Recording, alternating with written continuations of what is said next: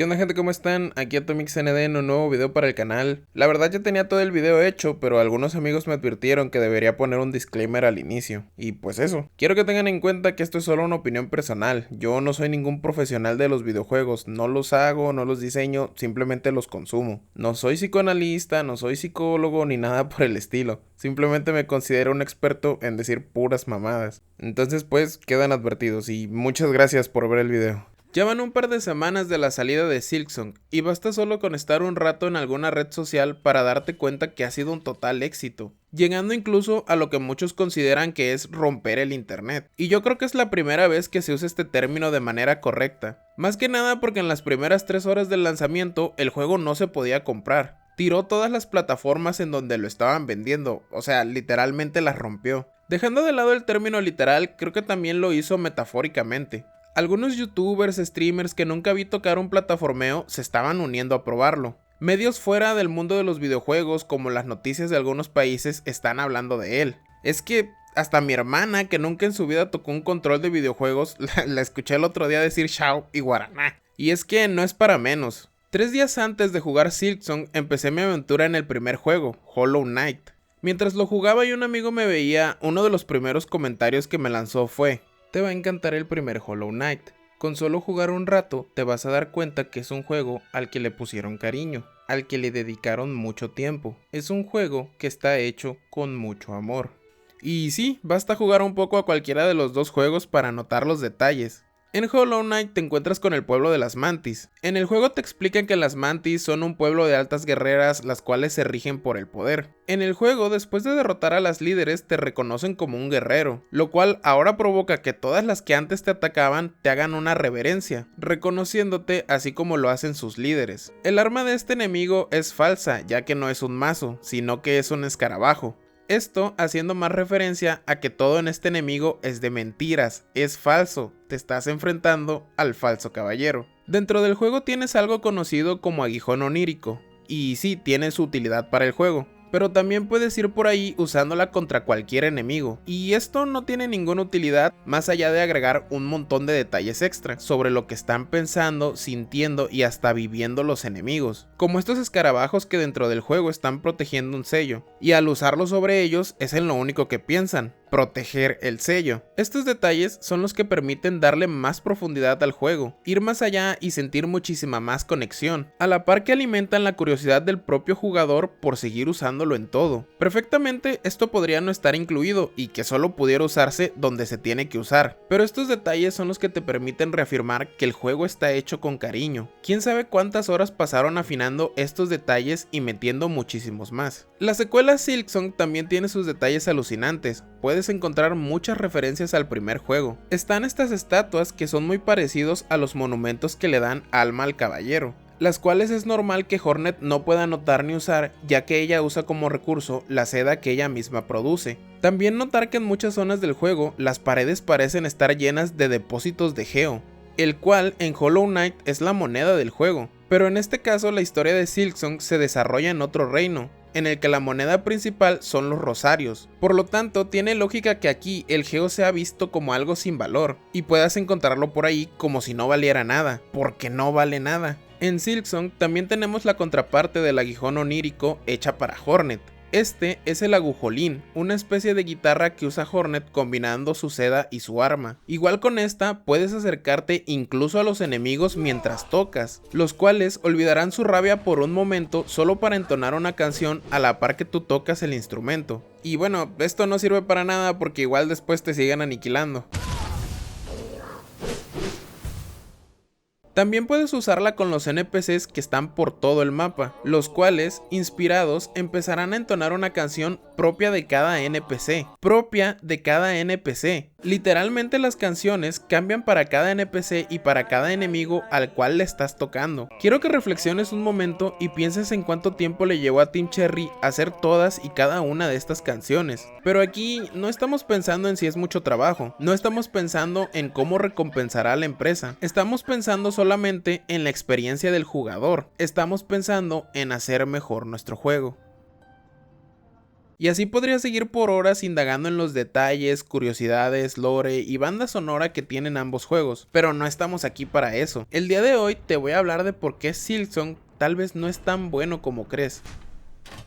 A los primeros días de la salida de Silksong, mientras indagaba en grupos buscando los clásicos memes que salen cuando sale un juego nuevo, me topé con una publicación bastante peculiar. En la publicación, esta persona se llamaba a sí mismo turista de los videojuegos, y nos da razones por las cuales él no se considera un gamer, ni siquiera llegando al nivel de jugador casual. Confiesa que nunca sintió emoción por Silksong y que lo compró más que nada por moda, y con la esperanza de poder ser parte de la comunidad, pero que al momento de jugarlo terminó frustrado por la alta dificultad del juego. Habla de la falta de tutoriales que te expliquen cómo funcionan las mecánicas del juego, y después de quedarse atrapado por una hora en el prólogo, esto es más o menos unos 8 minutos de juego, con tristeza termina concluyendo que por su falta de habilidad no podrá disfrutarlo ni unirse a la conversación, y que esto ya le había ocurrido en el primer Hollow Knight. Yo, después de leer esto, me quedé pensando en, joder, ¿será bait? No hay nada que grite más que un post es bait que decir que no es bait.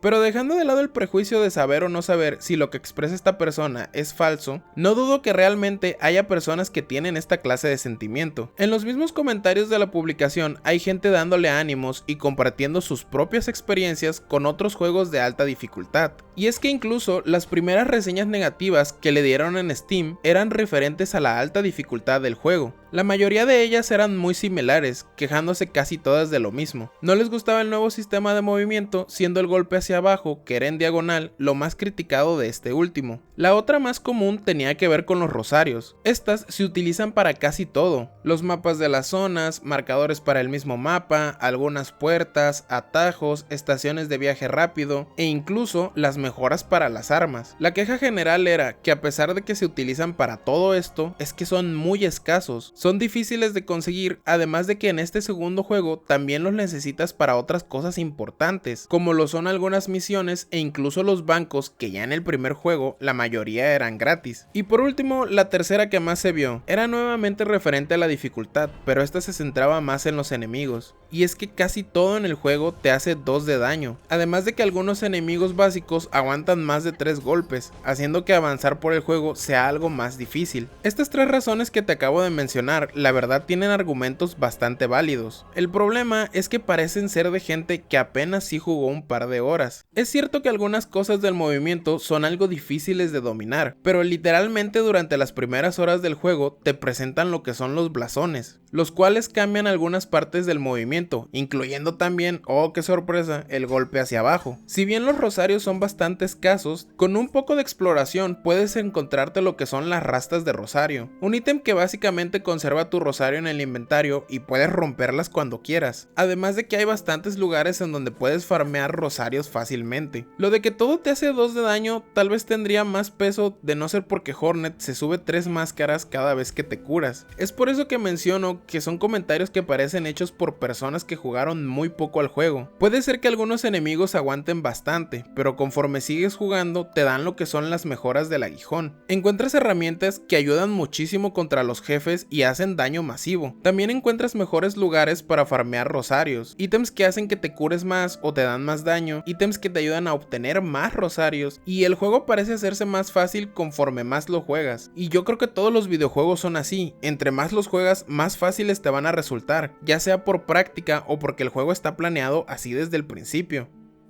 Estas 3 razones que te acabo de dar son fácilmente las más debatibles. No profundizo mucho en ellas ya que son las que yo creo que todos los jugadores de Silksong han escuchado. Además, hay otro par de razones a las cuales siento que se les puede dar un poquito más de peso. Vamos a ponernos imaginativos por un momento. Digamos que tú estás creando un juego. En una parte tienes que ir de punto A a punto B. Mientras lo haces, no quieres dejárselo tan fácil al jugador, por lo cual incluyes un par de saltos. Sientes que aún es algo fácil, por lo cual en el recorrido también quieres poner un par de enemigos. Y así ya tienes una pequeña parte del juego que es un reto para el jugador.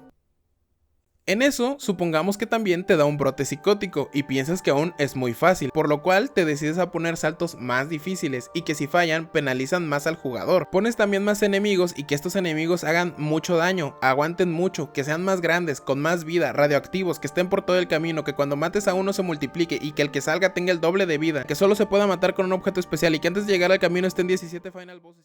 Y es así, muchachos, como se crea la dificultad artificial. ¡Tarán! Te quise dar un ejemplo antes de intentar definirlo. Es esta dificultad que se siente más como un mal diseño de juego, un obstáculo injusto, innecesario, opuesto a la fuerza. Para darte más ejemplos en general están los siguientes: enemigos con exceso de vida o que aguantan demasiado, mecánicas mal explicadas que hacen que el jugador falle, más que nada por desconocimiento, falta de checkpoints o puntos de guardado, obligando a repetir secciones largas que terminan por no aportar nada, enemigos que hacen trampa. Esto en un momento lo desarrollo. Estos puntos indagan más profundo en el juego y es por eso que voy a ir por partes y detenidamente en cada uno. Enemigos con exceso de vida. Dejando de lado los enemigos comunes de los cuales ya hablé, vi un par de quejas respecto a unos jefes, en concreto la viuda y la hermana bastiguera, ya que decían que eran dos jefes que parecían aguantar mucho más de lo normal. Pero regresamos a lo mismo, estos dos jefes son de los primeros que te encuentras en el juego, es normal que te generen un gran impacto, y si es un juego que ya es difícil de base, es normal crear el sentimiento de que aguantan demasiados golpes, pero insisto, si continúas avanzando te darás cuenta que es lo mismo para todos los enemigos del juego. Mecánicas mal explicadas que hacen al jugador fallar por desconocimiento. Hay un factor importante a considerar antes de seguir con este punto y con todos los que vienen. Aunque este juego es una secuela, Team Cherry inició desarrollando Silksong como un DLC del primer juego. Básicamente, el principio del juego se hizo pensando en que el jugador ya iba a contar con una experiencia previa. Conociendo este dato, todo empieza a cobrar más sentido. La alta dificultad, el que te quiten 2 de vida por golpe y la nula explicación o tutorial del juego. Esto es así porque para jugar Silksong primero debías jugar Hollow Knight. ¿Y qué crees? Aquí sí existe un breve tutorial que te explica las mecánicas. Ya van varias personas que veo, las cuales admiten no haber jugado al primer Hollow Knight, y esto en parte explica mucho este tipo de quejas. Esto es porque son jugadores nuevos que no saben muy bien cómo funcionan las mecánicas.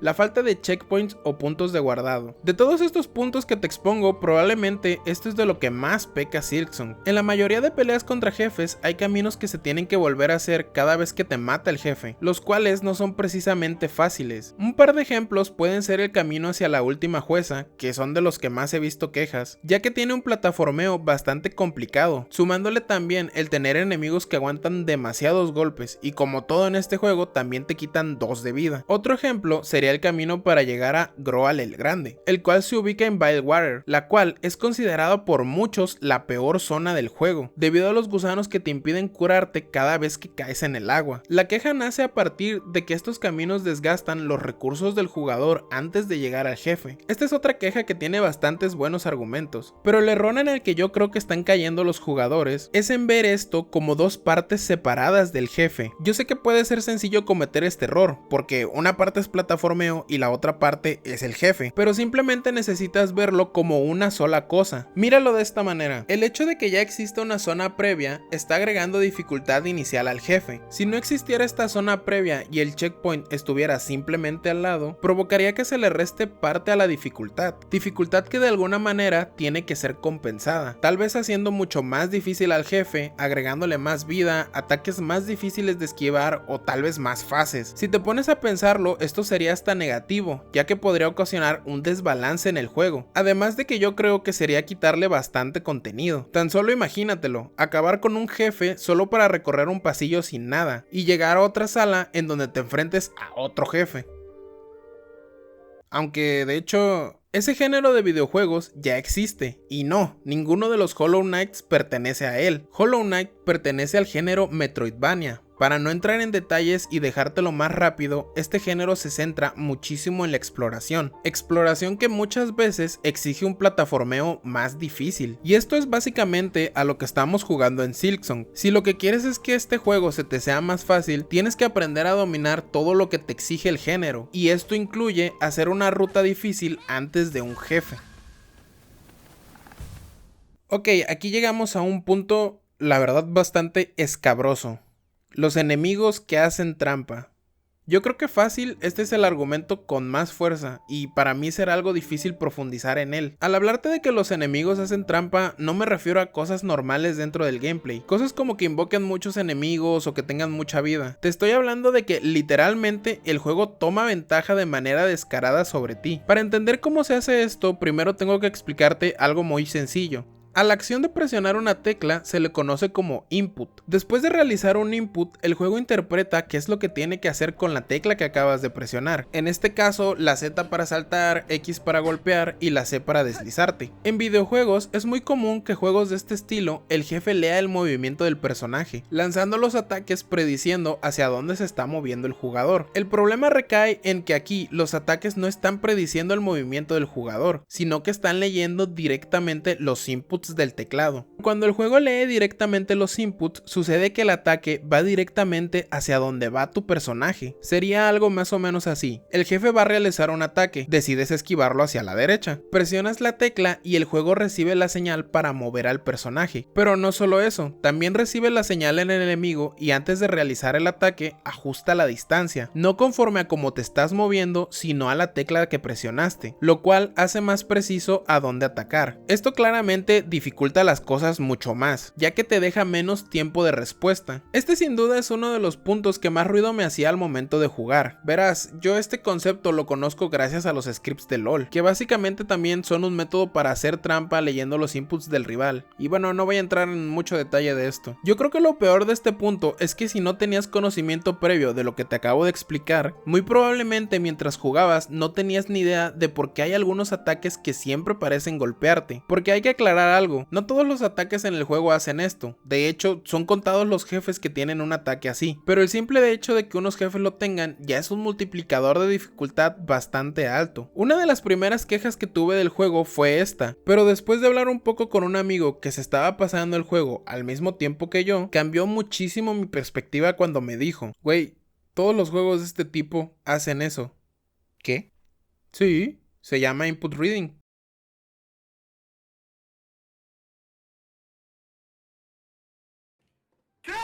Para mi sorpresa, esto es algo muy común en los juegos de este estilo. Títulos como Blasphemous, Dark Souls, Bloodborne, Elden Ring, incluso logré ver esto mientras jugaba el primer Hollow Knight.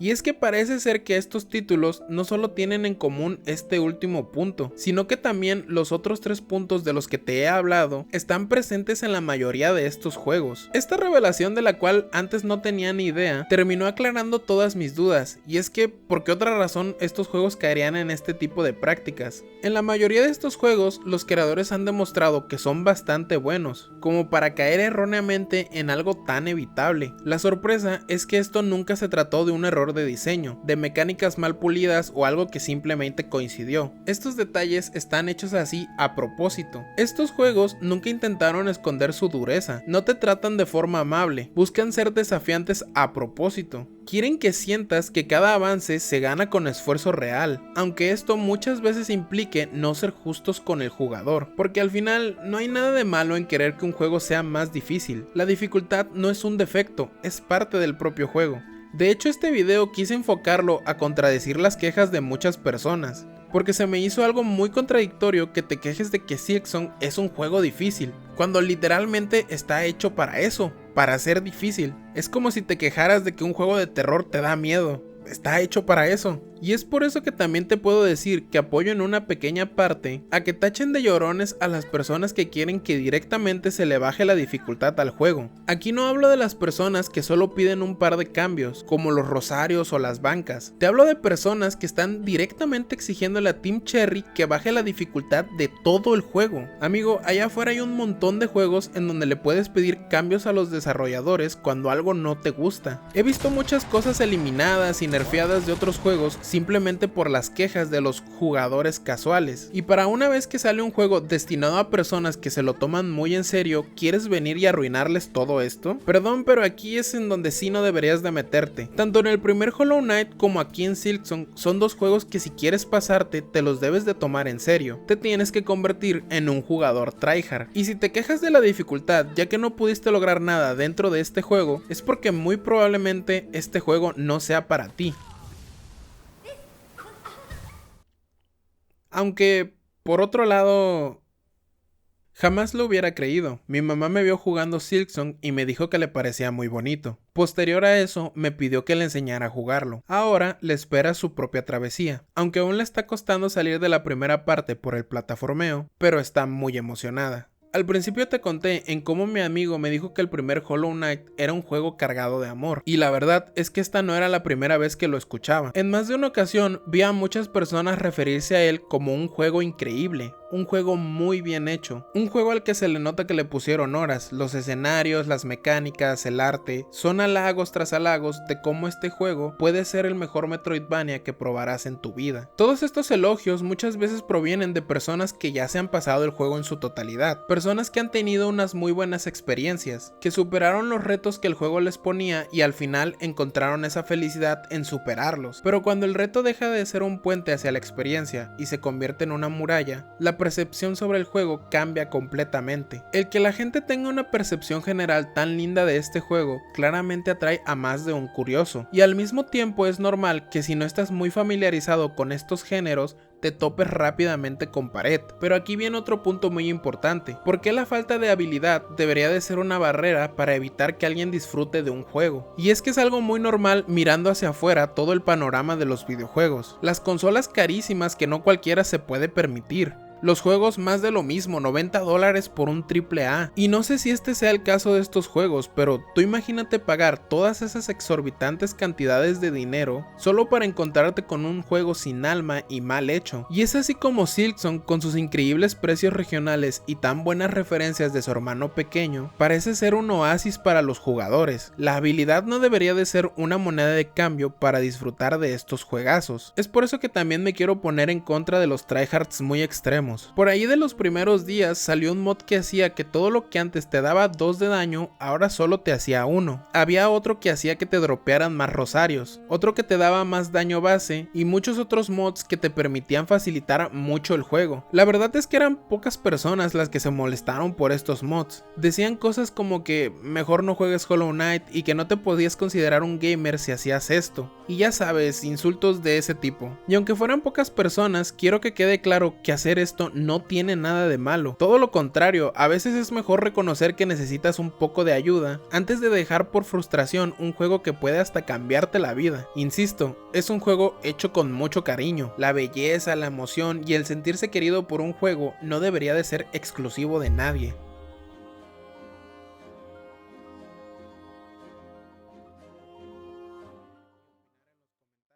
Y creo que ahora sí ya acabé. Gracias por escuchar, ver y opinar en los comentarios. Para mí como siempre fue un gusto y desde aquí se despide AtomixND. Y recuerda, el cielo es el límite. Besitos, besitos, adiós, adiós, bye.